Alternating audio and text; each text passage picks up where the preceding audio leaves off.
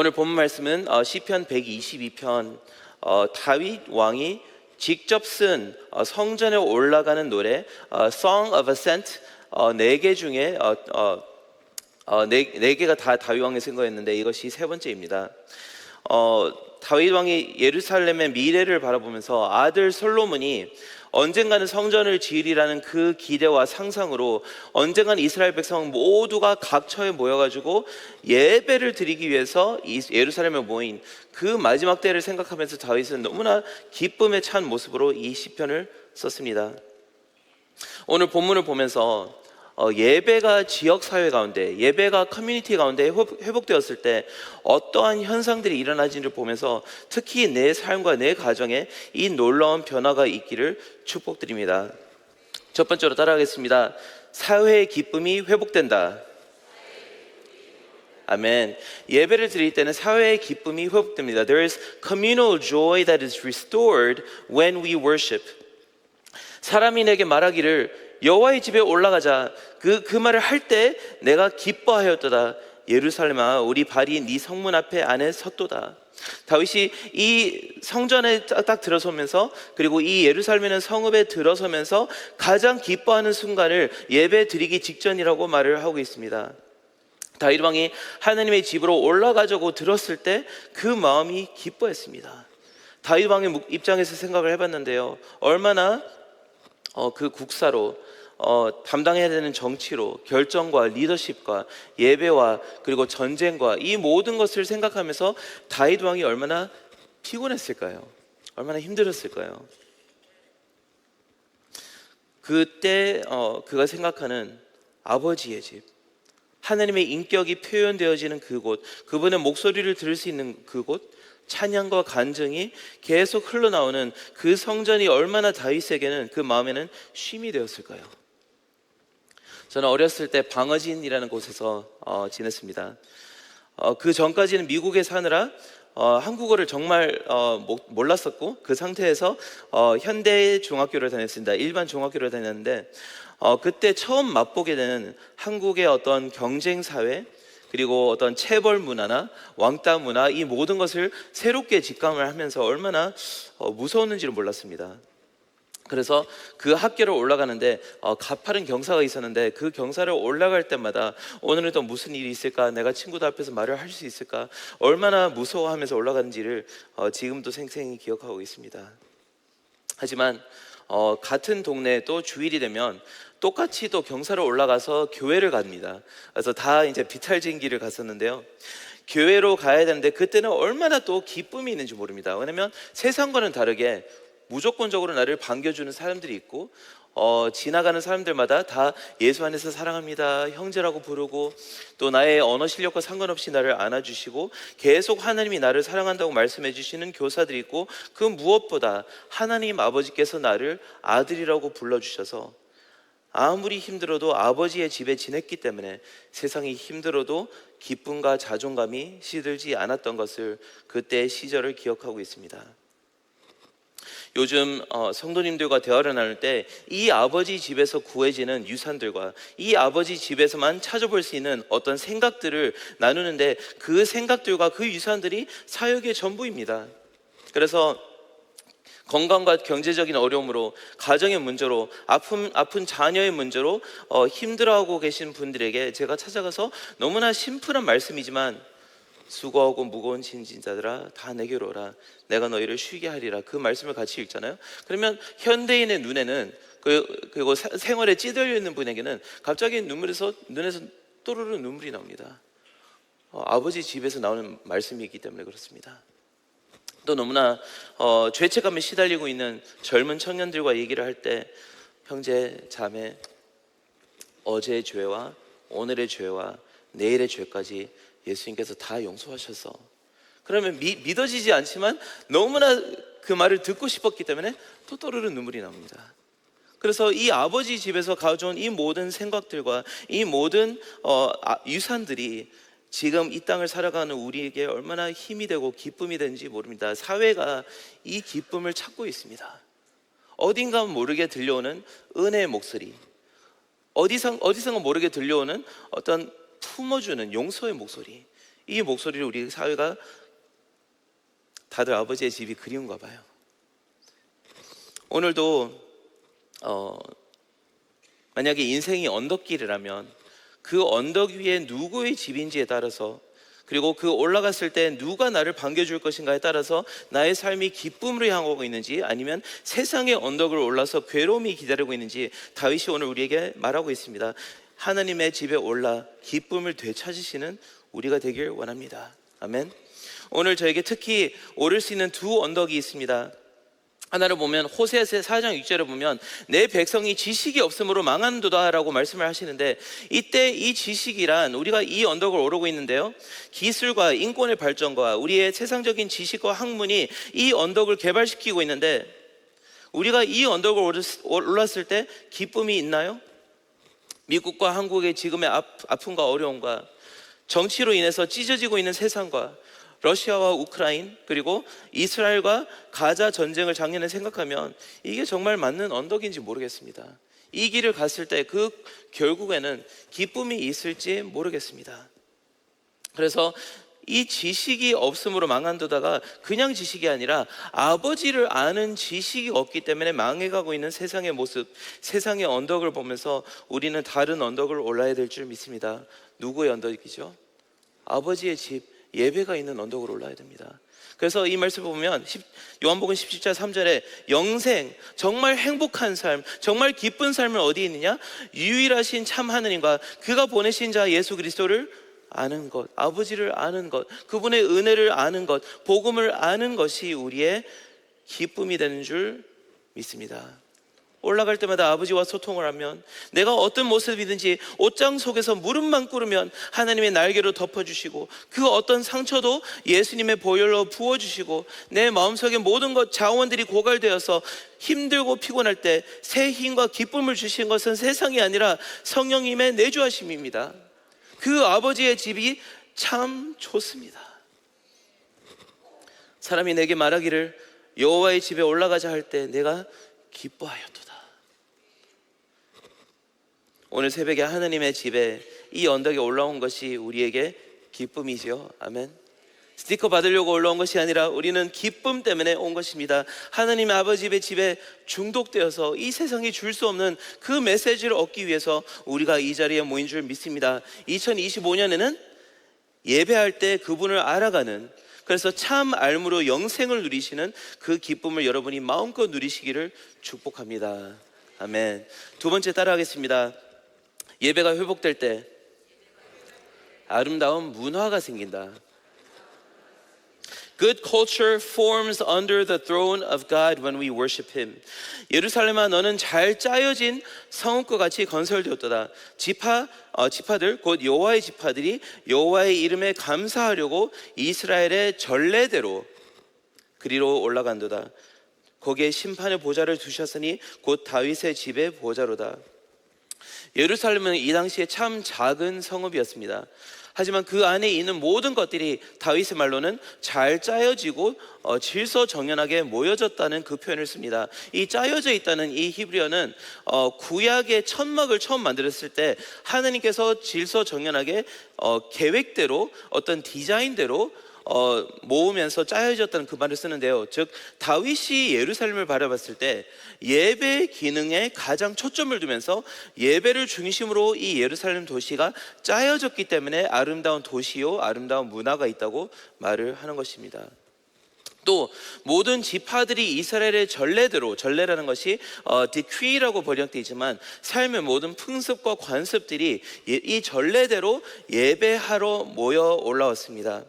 그래서 왜 모여 올라오느냐? 훗날 예수님의 통치를 뜻하는 4절에 다윗의 보좌의 다스림을 받기 위해서 또 감사를 드리려고, 예배를 드리려고 모였는데, 이것이 아름다운 문화인 줄 믿습니다.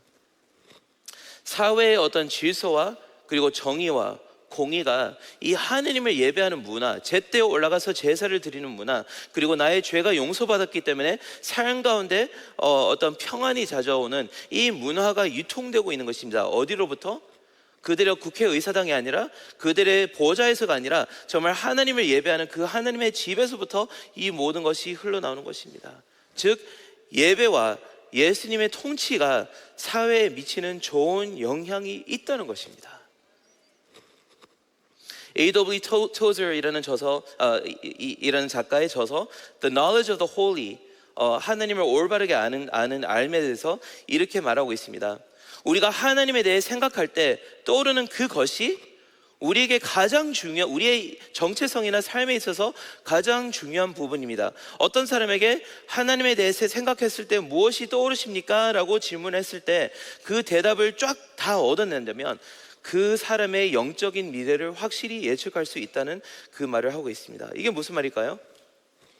저희들이 생각하는 시인이라는 이 개념 자체가 그 사회의 유리천장을 형성하고 있습니다. 우리가 생각하는 아름다움이나 우리가 생각하는 정의나 공의나 우리가 생각하는 가장 수준 높은 모든 문화가 하나님이라는 뚜껑을 벗어날 수 없다는 것입니다. 그래서 그 사회의 문화가 그 사회의 시인이 누구냐에 따라서 다 결정된다는 뜻입니다.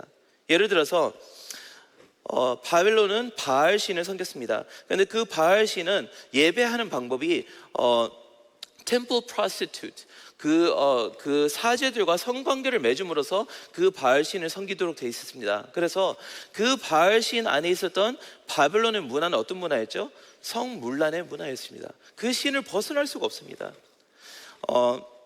아말렉들이 그리고 특히 아수르가 믿었던 몰레크라는 그 신은 동상의 모양을 가졌었는데 팔을 내밀고 이렇게 기다리고 있습니다. 그래서 그 밑에 불을 지펴가지고 뜨겁게 달궈졌을 때 그 위에 아기를 올려가지고 바쳤을 때 그 신이 예배를 받았습니다.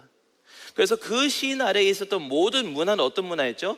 아수르와 그리고 이 모든 신을 섬겼던 문화는 전투와 잔인함이 그들의 특징이었습니다. 그래서 전투의 어떤 교과서나 표본들이나 심지어 고문 기술까지 다 그 문화에서 내려왔습니다. 지금처럼 우리가 월과 뉴욕처럼 만몬신과 그리고 황금 송아지를 섬기고 있는 그 문화는 어떤 문화가 자리가 잡힐까요?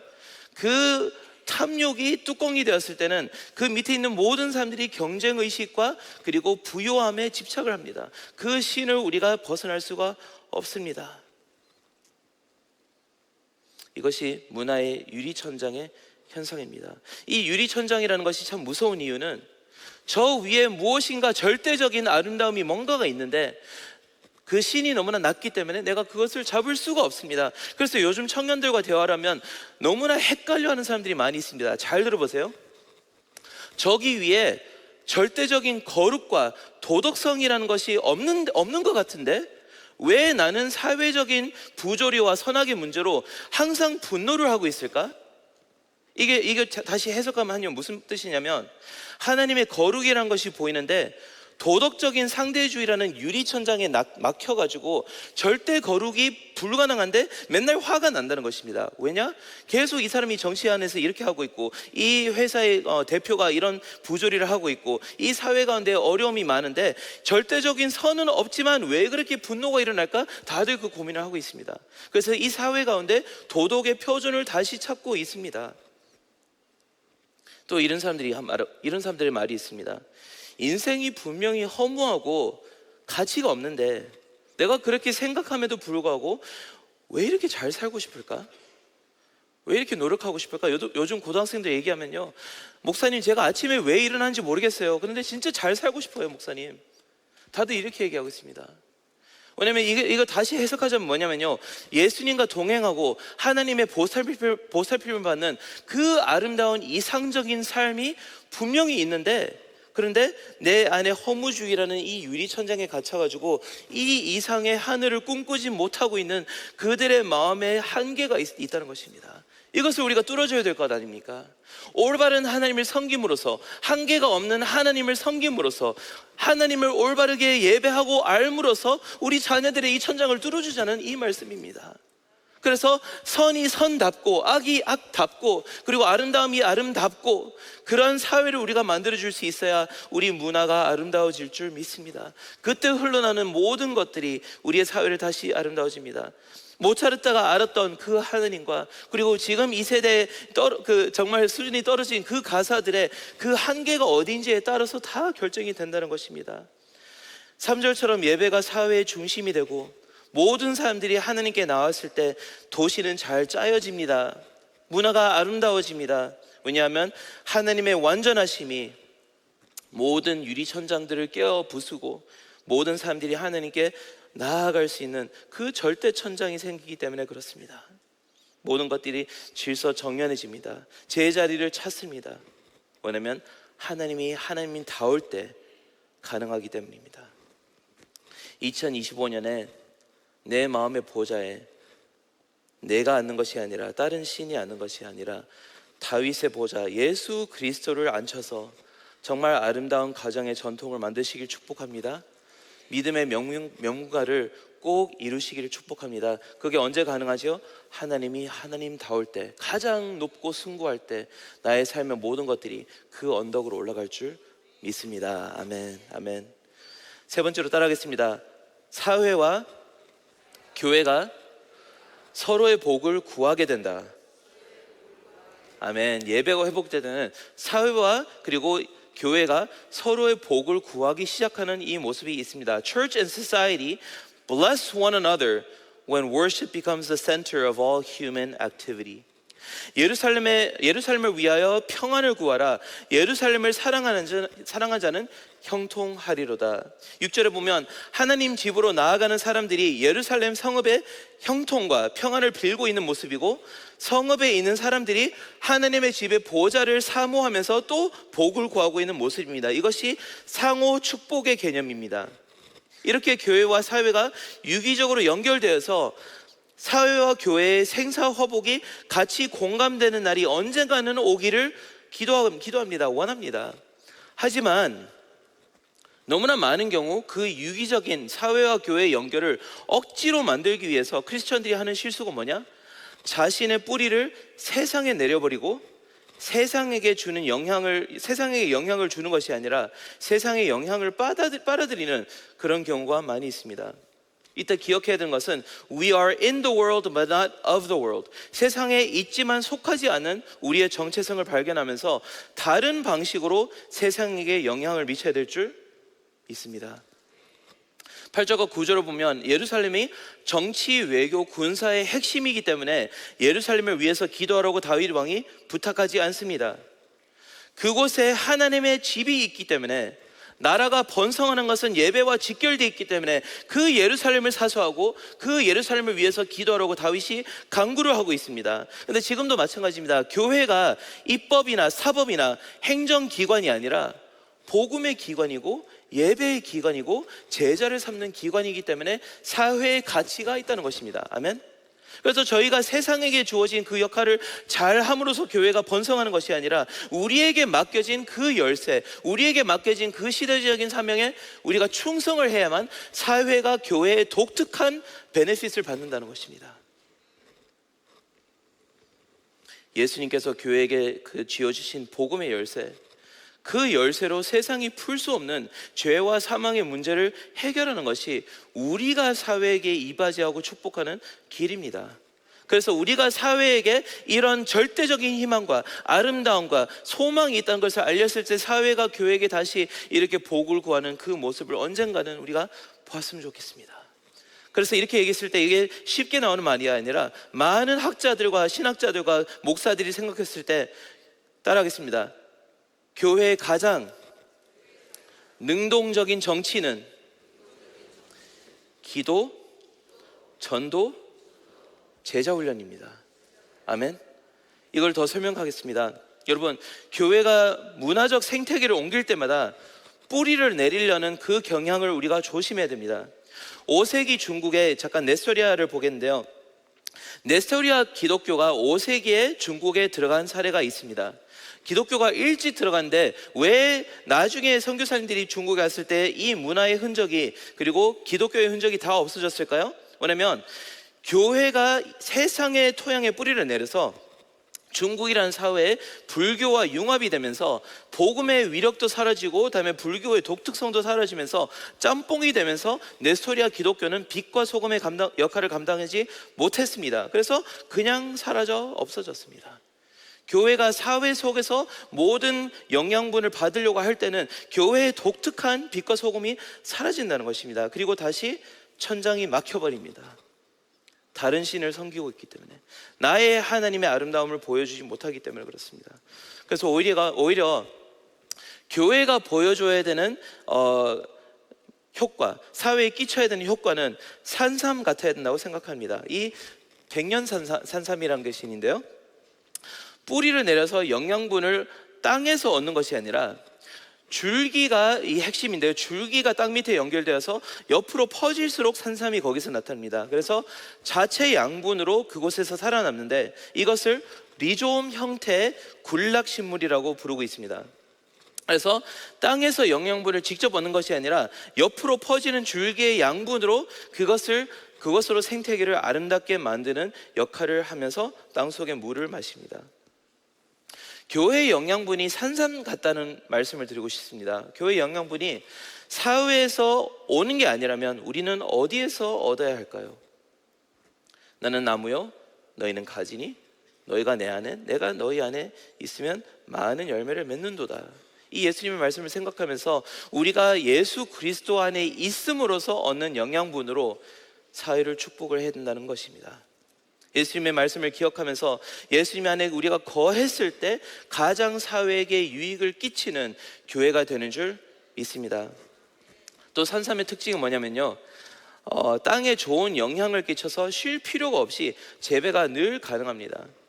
세상이 아닌 주님의 영향을 받아서 산삼처럼 세상 토양에 유익을 끼치는 KCPC가 되기를 꼭 축복합니다. 왜냐면요, 너무나 많은 단체들이 우리의 복음의 영양분을 기다리고 있습니다.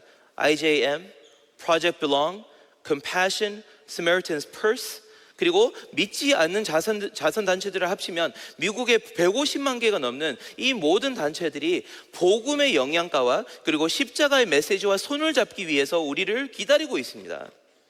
그래서 정말 산을 오르면서 산삼을 찾는 사람들이 정말 딱 봤을 때 신받다, 신받다 이렇게 외치잖아요.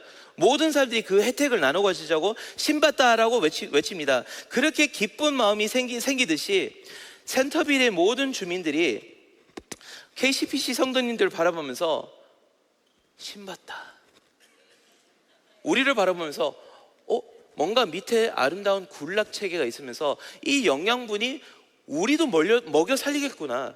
우리와 다르기 때문에 우리는 돈에 의존하고 상식에 의존하지만 복음에 의존하는 그 기도와 예배자들이 우리에게 왔을 때 신받다라는 그 표현을 들어야 되는 줄 믿습니다. 서로 잠깐 볼까요? 신받다 말씀할까요? 아멘, 아멘. 하나님의 눈에서 정말 심을 본 여러분이 되시기를 바랍니다. 여러분, KCPC의 순모임이 산삼 군락처럼 퍼지기를 축복합니다. 산삼을 보고 그 꽃잎을 꺾는 바보는 없습니다. 영양가는 줄기에 있거든요. 그리고 그 줄기는 비록 땅 밑에 있지만 땅의 영양분에 의존하지 않습니다. 자체 영양분으로 그 땅을 풍요롭게 만듭니다.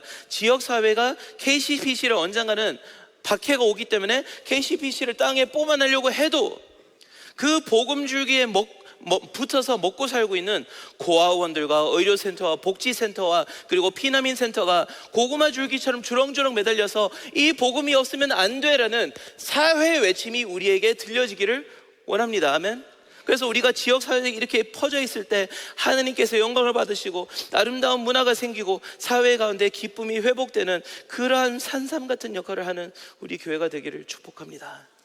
여러분, 우리의 자녀와 학교와 사회가 교회를 중심으로 군락을 형성할 수 있도록 우리가 복음에 붙잡혀 있어야 됩니다. 다윗 왕의 말을 빌려서 2025년에 제가 부탁드리고 싶습니다. 다 같이 따라하겠습니다.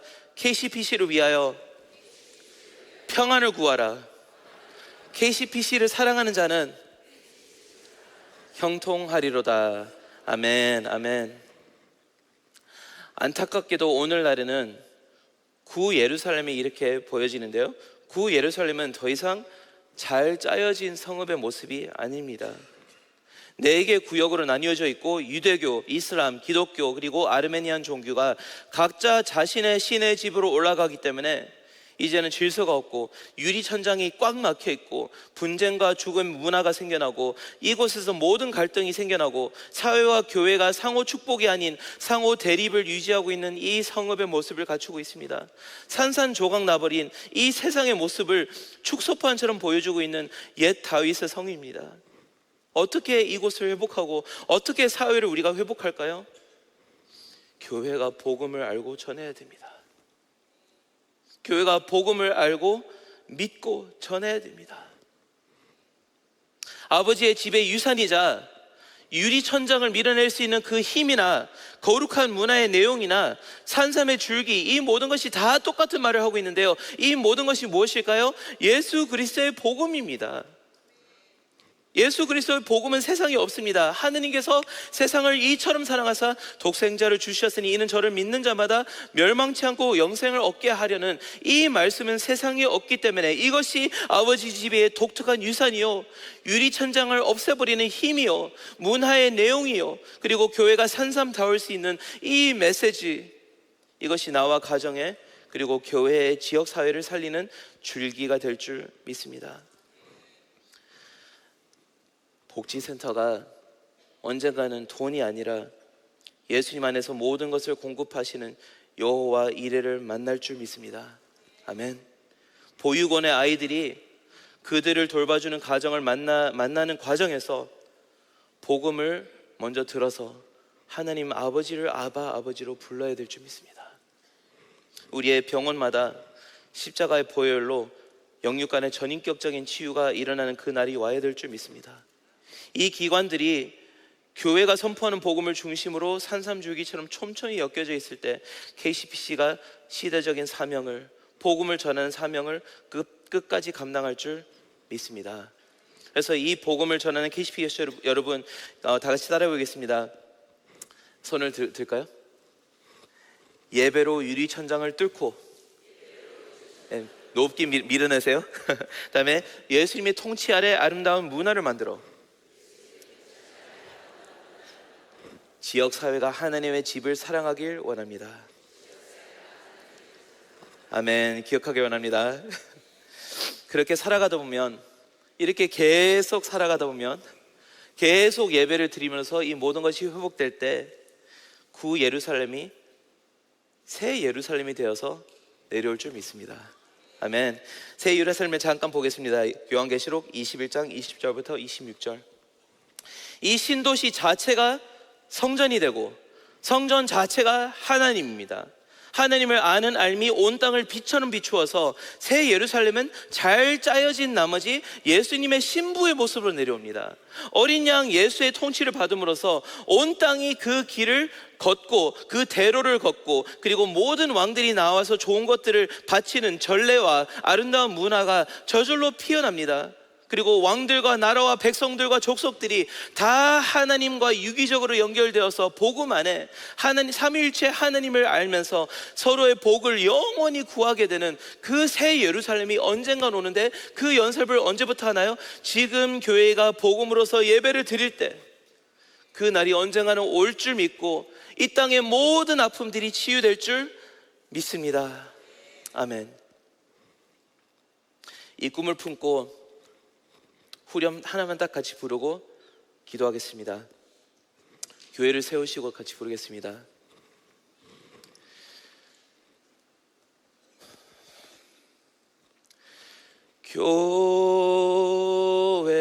교회를 세우시고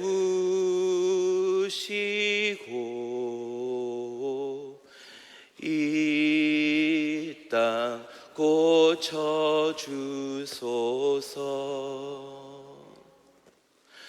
주님 나라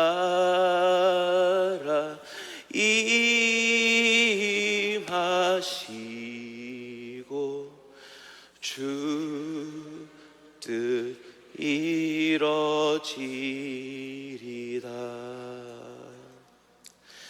Build your church and heal this land. Let your kingdom come. build your church and heal this land. Let your kingdom come.